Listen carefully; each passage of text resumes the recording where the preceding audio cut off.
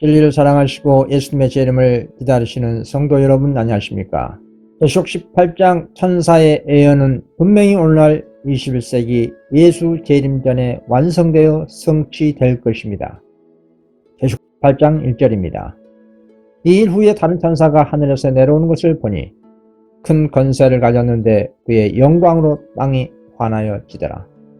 계시록 18장 1절에 다른 천사로 표현된 이 천사는 그 전에 먼저 내려온 계시록 14장의 셋째 천사의 기별이 선포되는 동안 큰 건설을 가지고 내려올 것인데 땅이 그 영광으로 환하여 질 것이라고 하였습니다. 그렇다면 네 번째 천사의 이 영광이 어떻게 땅을 환하여 질 것이라고 하는 것일까요?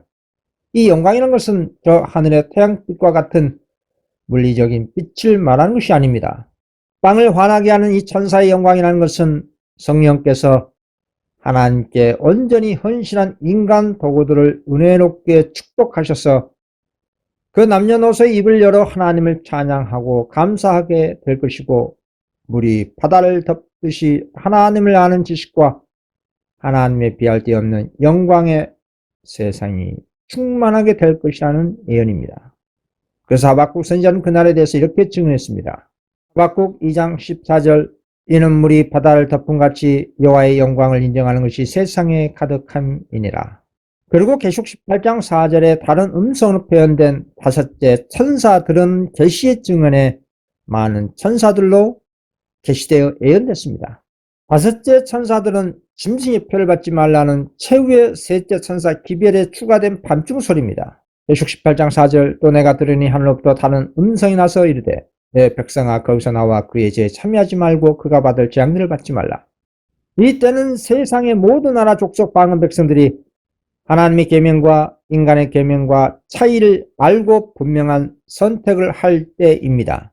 남녀노소 할 것 없이 그 누구도 중립지역에 있지 않고 분명한 선택을 할 때라는 것입니다. 과거 엘리야가 바알 선지자들과 아세라 선지자들과 갈멜산에서 경배 대결을 할 때 이렇게 말했습니다. 왕상 18장 21절, 엘리야가 모든 백성에게 가까이 나가 이르되 너희가 어느 때까지 둘 사이에 머뭇머뭇하려느냐. 여호와가 만일 하나님이면 그를 따르고 바알이 만일 하나님이면 그를 따를지니라. 그렇습니다. 창조 기념일인 제7일 통해 하나님께 경배 드릴 것인지 아니면 사단에게 선동당한 인간이 만든 이를 법령에 따라 경배 드릴 것인지 선택하게 될 때에 온 세상에 하나님의 영광의 지식이 물이 바다를 덮음같이 충만하게 될 것이라는 것입니다. 이때는 아직도 세상과 명목상 재림 신도와 타락한 모든 단체에 나오지 않은 주님의 성실한 자녀들이 마지막으로 나올 시점이 되는 것입니다. 그러나 오늘날 이 같은 예언을 알고 있는 사람들은 지금이 각자 자신들에게 주어진 시험의 기간이라는 것을 알아야 합니다. 1월 법령의 때는 단 한 번도 셋째 천사 기별을 듣지도 거절한 적이 없는 사람들에게 주어진 마지막 기회라는 것입니다. 그래서 지금 셋째 천사 기별을 믿는 사람들은 그 때를 기다리지 말고 지금 즉시 나와 바벨론 선포하고 재림을 촉진하는 재림운동하면서 하늘새 예루살렘 도성을 예수 믿음으로 들어가야 하는 것입니다. 이것이 하늘의 천사들이 하는 일, 즉 알곡을 가라지에서 분리시켜 하늘 창고에 들이는 사업, 즉 인치는 사업이라는 것입니다. 이 셋째 천사의 사명과 기별을 이해하지 못하기 때문에 맹목적으로 조직신앙에 매몰되어 그릇된 교회관으로 자신의 교단으로 전도하는 것이 구원이 있다고 생각하는 것입니다. 이런 사상, 과거 유대교회의 선민사상이 그대로 이어져 오고 있는 잘못된 교회관입니다. 새 천사의 사명은 성령의 역사하심에 따라 예언을 연구한 성실한 주님의 자녀들이 이 기별을 순차적으로 깨달아 경험하고 자원하여서 성령의 감동하심에 따라 새 천사의 기별을 선포하는 것이 그 천사를 대표하는 것입니다. 참으로 첫째 천사 기별을 믿고 경험한 사람은 처음 품었던 그 기별에 대한 확신을 끝까지 붙잡고 순차적으로 둘째 천사 기별과 그리고 셋째 천사의 기별을 큰 능력으로 전파하게 될 것입니다. 그리고 그 기별을 전파하는 과정에서 더 깊은 회개와 각성을 하게 될 것입니다. 오늘 말세의 늦은비의 큰 외침의 기간 동안에 성도들은 주님의 섭리에 의해서 구원의 지식을 주님의 능력으로 전파하고 모든 도시와 사람들의 마음에 빛이 전달하는 주님의 도구가 되게 할 것입니다. 그로 인해 세상은 구원의 지식으로 충만해지는 것입니다. 이것이 계시록 18장에 등장한 두 무리의 천사들에게 임한 순차적인 예언의 성취인 것입니다. 주께서는 당신의 제자들에게 너희는 세상의 빛이라고 했습니다. 마태복음 5장 14절에서 16절입니다. 너희는 세상의 빛이라. 산 위에 있는 동네가 숨겨지지 못할 것이요 사람이 등불을 켜서 말 안에 두지 아니하고 등경 위에 두나니 이러므로 집 안 모든 사람에게 비치니라. 이같이 너희 빛이 사람 앞에 비치게 하여 그들로 너희 착한 행실을 보고 하늘에 계신 너희 아버지께 영광을 돌리게 하라. 하나님의 영광의 품성 즉 그 빛은 사람들에게 마지막 영생의 기별을 제시할 때 빛이 나는 것입니다. 왜냐하면 성령께서 역사하시기 때문입니다. 적극적으로 주님의 빛을 제시하지 않는 것이 그 자체가 주님께 대한 죄인 것입니다. 그래서 큰 빛을 받은 바울 사도는 자신이 복음을 전하지 않냐면 자신에게 화가 있다고 한 것입니다. 고린도전서 9장 16절 내가 복음을 전할지라도 자랑할 것이었으면 내가 부득불 할 일임이라. 만일 복음을 전하지 않으면 내게 화가 있을 것이로다. 왜 복음을 전하지 않으면 자신에게 화가 있다고 하는 것일까요? 우리 주님은 당신의 복음의 빛을 다른 사람들에게 빛이라고 우리에게 그 복음을 주신 것입니다. 그런데 그 복음의 빛을 자신만 알고 다른 사람들에게 증거하지 않는다면 주님의 뜻을 거절하게 되는 것입니다. 한마디로 직무유기가 되는 것입니다. 그래서 에스겔 선지자는 이렇게 증거했습니다. 에스겔 33장 6절입니다. 그러나 칼이 임함을 파수꾼이 보고도 나팔을 불지 아니하여 백성에게 경고하지 아니하므로 그 중에 한 사람이 그 임하는 칼에 제거당하면 그는 자기 죄악으로 말미암아 제거되려니와 그 죄는 내가 파수꾼의 손에서 찾으리라. 오늘날 주님의 백성들은 달란트를 1개를 받았든 5개를 받았든 성경의 진리를 깨달은 대로 각자가 자신이 받은 빛대로 증거하고 경고하는 파수꾼의 사명을 다해야 하는 것입니다. 그래서 세상의 온 땅이 현대 진리의 빛으로 환하게 번쩍이게 되는 것입니다. 주님께서 이 같은 계시록 18장 천사의 예언을 주신 이유는 우리 예수님의 재림을 촉진하도록 우리에게 주신 지상 명령입니다.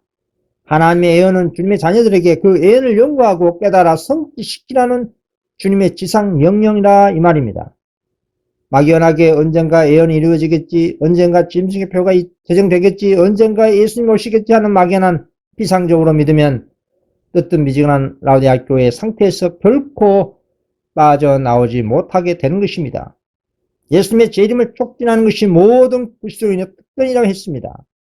마태복음 24장에서 우리 주님께서 언급하신 재림의 징조들이 오늘날 말세 중에 말세인 21세기에 온전히 성취되고 계시록 18장 천사들의 예수님의 재림을 촉진하는 재림운동이 분명하게 성취될 것입니다. 그럼 계시록 18장 천사의 예를 깨달은 주님의 성도들은 어떻게 해야 할까요? 예수님의 재림을 간절히 기다리는 성도들이 깨달은 이 진리를 분명하고 틀림없는 말로 적극적으로 선포되어야 하는 것입니다. 짐승의 표를 받지 말라. 하나님 계명과 예수 믿음을 지켜 주님께 영광 돌리라. 바벨론에서 나오라는 이 마지막 경고의 기별을 외치한다 이 말입니다. 이런 식으로 우리는 압도적인 성령의 지도하에 주님의 오심을 온전히 준비할 수가 있는 것입니다. 마지막 복음은 단순 명료하게 순수하게 제시되어야 하는 것입니다. 이 마지막 때 셋째 천사 복음의 생수는 곳곳으로 흘러감에 따라 깊고 넓어져야 한다고 성경은 증거합니다. 에스겔 47장 8절 그가 내게 이르시되 이 물이 동쪽으로 향하여 흘러 아라바로 내려가서 바다에 이르르니 이 흘러내리는 물로 그 바다의 물이 되살아나리라. 이 강물이 이르는 곳마다 번성하는 모든 생물이 살고 또 고기가 심히 마르리니 이 물이 흘러 들어감으로 바닷물이 되살아나겠고 이 강이 이르는 각처의 모든 것이 살 것이며 그렇습니다. 계시록 18장 천사의 예언이 순차적으로 성취됨에 따라 모든 지상의 거민들은 그 기별을 듣고 깨달을 것입니다. 그로 인해 사람들은 무엇이 진리인지를 알게 될 것입니다. 계시록 14장 셋째 천사에 이어서 계시록 18장 1절의 네 번째 천사와 그리고 계시록 18장 4절에 계시던 5번째로 내려온 많은 천사들의 늦은 비 큰 외침에 온 세상이 경고를 받은 후에 세상의 종말이 이르게 된 것입니다. 이렇게 예수 재림 전 마지막 복음 사업은 권능의 늦은 비 역사로 인해 구속 사업은 종료되는 것입니다. 이렇다면 재림을 간절히 기다리는 성도는 성령의 도구가 되어야 하는 것입니다. 요엘 2장 23절입니다. 시온의 자녀들아 너희는 너희 하나님 여호와로 인해 기뻐하며 즐거워할지어다. 그가 너희를 위하여 비를 내리시되 이른 비를 너희에게 적당하게 주시리니 이른 비와 늦은 비가 전과 같을 것이라. 마지막 때 복음 사업을 속히 마치기를 원한다면 이른 비에 나타난 은혜를 소홀히 해서는 결단코 안 될 것입니다. 주님께로부터 받은 그 빛대로 살아가는 사람들만이 더욱더 큰 빛을 받을 것입니다. 성도가 적극적으로 그리스도의 특성을 개발하고 마지막 복음 사업에 합당한 하늘의 특성을 더욱 증거하고 매일 전진한 사람에게 이 늦은 빛 성령의 역사를 깨닫게 되는 것입니다. 그러나 먼저 마지막 때 뜨뜻미진한 라오디게아 교회 상태에서 빠져나오지 않는다면 늦은 빛 성령의 역사를 분별하지 못하게 될 것입니다. 분별 못하니 당연히 늦은 빛 성령을 받지도 못할 것이고 14만 4천 인침도 받지 못하는 것입니다. 그래서 주님께서는 작은 것에 충성을 다하라고 하신 것입니다. 마태복음 15장 23절 그 주인이 이르되 잘하여도다 착하고 충성된 종아 너가 작은 일에 충성하였으면 내게 많은 것을 너에게 맡기리니 너의 주인의 즐거움에 참여할지어다. 참으로 이른 비의 경험 즉 회개와 거듭남의 첫째 천사의 기별에 경험을 한 사람은 그 경험을 자신의 삶 가운데 최고로 고귀하게 여기고 더 많은 빛을 주님께 간절히 구하고 받은 빛대로 충성을 다할 것입니다. 이렇게 충성스러운 주님의 종들에게 더 많은 성령의 은혜가 부어지고 권능의 늦은미 역사가 임하게 하사 복음 사업이 속히 마치게 하신 것이 계시록 18장 천사의 예언 속에 있는 하나님의 굴속의 계획입니다. 작은 일에 충성을 다해 점진적으로 빛을 받은 대표적인 인물이 이방인 고넬료입니다. 사도행전 10장을 보시면 가이사랴의 고넬료라는 로마 군대의 백부장은 그 자신뿐만 아니라 온 지방과 더불어 하나님을 경외하며 가난한 백성을 많이 구제하고 하나님께 항상 기도하는 사람으로 기록되어 있습니다. 고넬료의 신앙의 신실성과 선행은 유대인들과 이방인들 모두에게 좋은 평판을 얻었다고 했습니다. 특히 고넬료는 영적으로 매우 갈급한 사람이었습니다. 그는 하나님의 도움 없이는 그날 하루의 계획을 항상 하나님께 가족 재단을 통해 주님께 공고받기를 습관이 된 그런 사람이었습니다. 그리고 고넬료는 예언들을 믿고 오실 메시아를 바라보고 있었지만 구체적으로 그리스도의 생애와 죽음 가운데 나타난 영원한 복음을 알지는 못했습니다.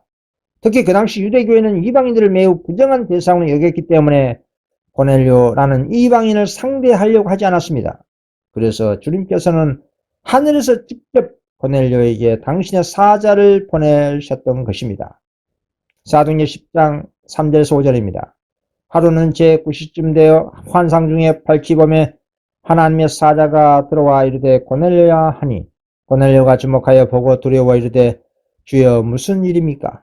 천사가 이르되 너의 기도와 구제가 하나님 앞에 상달되어 기억하신 바 되었으니 너가 지금 사람들을 욥바에 보내어 베드로라는 시몬을 청하라. 이렇게 주님께서는 당신의 진리를 더욱 갈망하는 영혼에게 사자를 보내주신 것이었습니다. 주님께서는 당신의 지혜로서 진리를 찾는 사람들을 이미 진리를 아는 사람과 접촉하게 하십니다.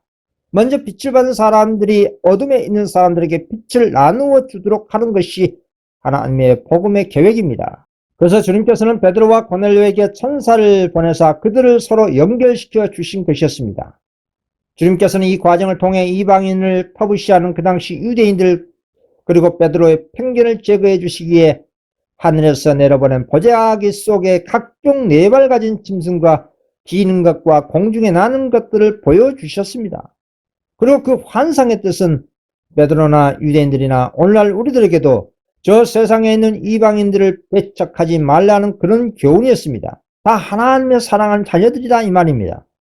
그래서 이렇게 양쪽에 다 주님께서는 복음의 교훈을 주신 것입니다. 유대인에게는 이방인을 배척하지 말라는 뜻과 말씀에 갈급한 이방인 고넬료는 유대인에게 배우는 겸손한 자세를 허락하신 것입니다. 이렇게 고넬료는 부족한 자신의 복음의 진리를 주님의 천사가 보낸 베드로를 통해 더 전진된 복음의 진리를 배우고 더 깊은 회개와 예수님을 영접함으로 인해 성령을 충만히 받게 된 사건이 된 것입니다. 사도행전 10장 45, 46절입니다. 베드로와 함께 온 할례받은 신자들이 이방인들에게도 성령 부어주심으로 말미암아 논란이 방언을 말하며 하나님 높임을 들음이러라. 이 같은 현상은 오늘날 말세에 더욱더 현저하게 성취될 계시록 18장 천사의 예언의 표상적인 사건입니다. 18장 천사의 예언은 권능의 늦은 역사로 나타나게 됩니다.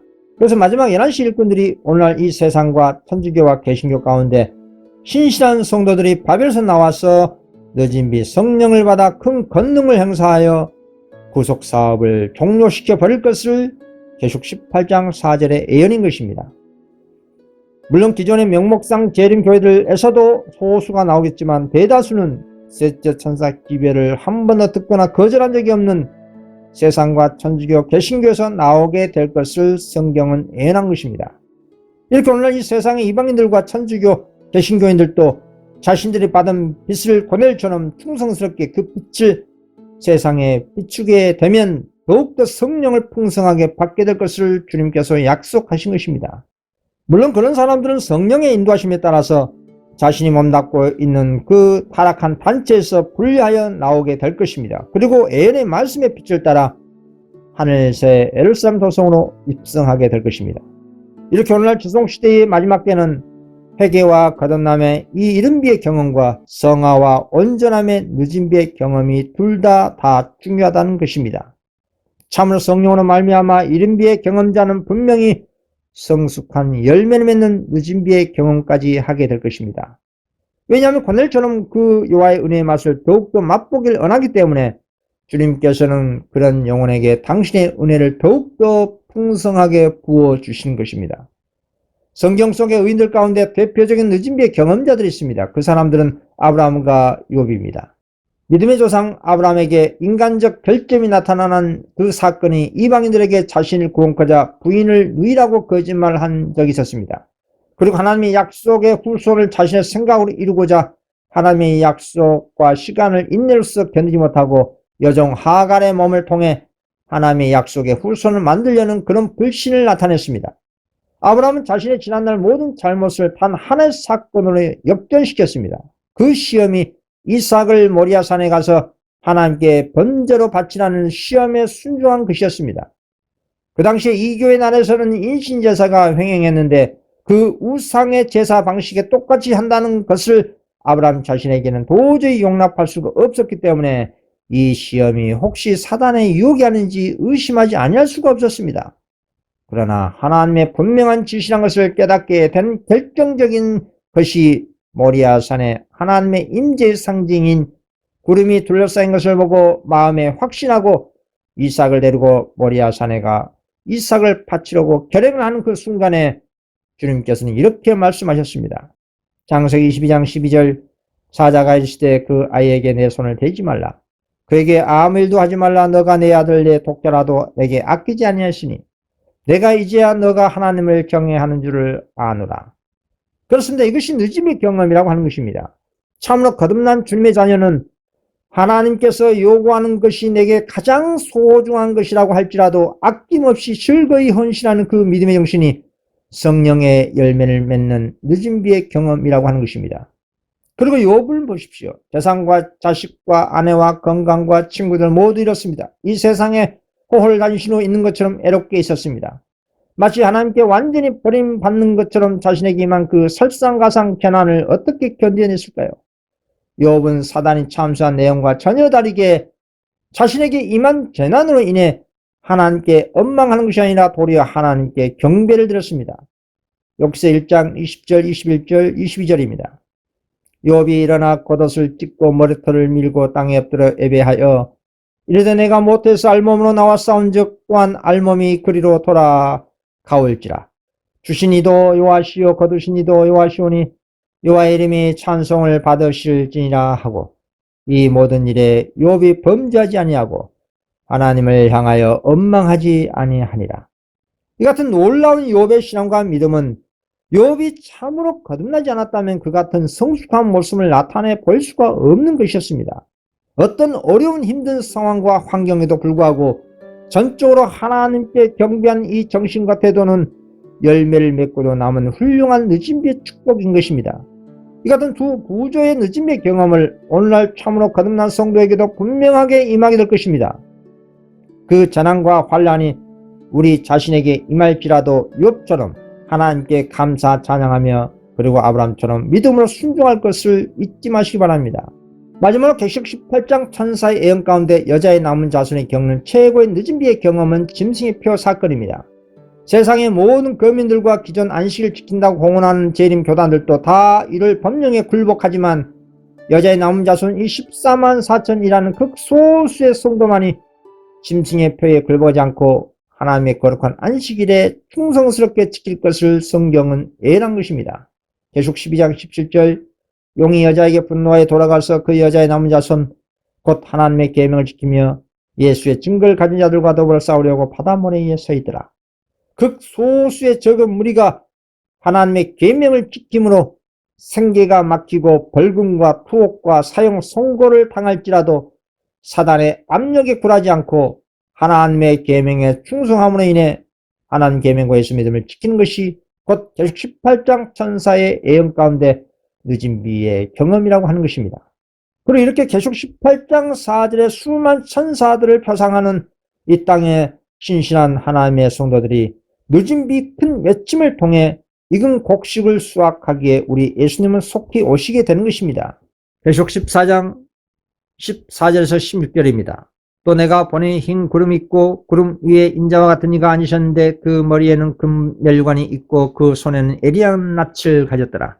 또 다른 천사가 성전으로부터 나와 구름 위에 앉은 이를 향하여 큰 음성으로 외쳐 이르되 당신의 낯을 휘둘러 거두소서 땅의 곡식이 다 익어 거둘 때가 이르렀음이니 하니라. 구름 위에 앉으신 이가 낯을 땅에 휘두르며 땅의 곡식이 거두어지니라.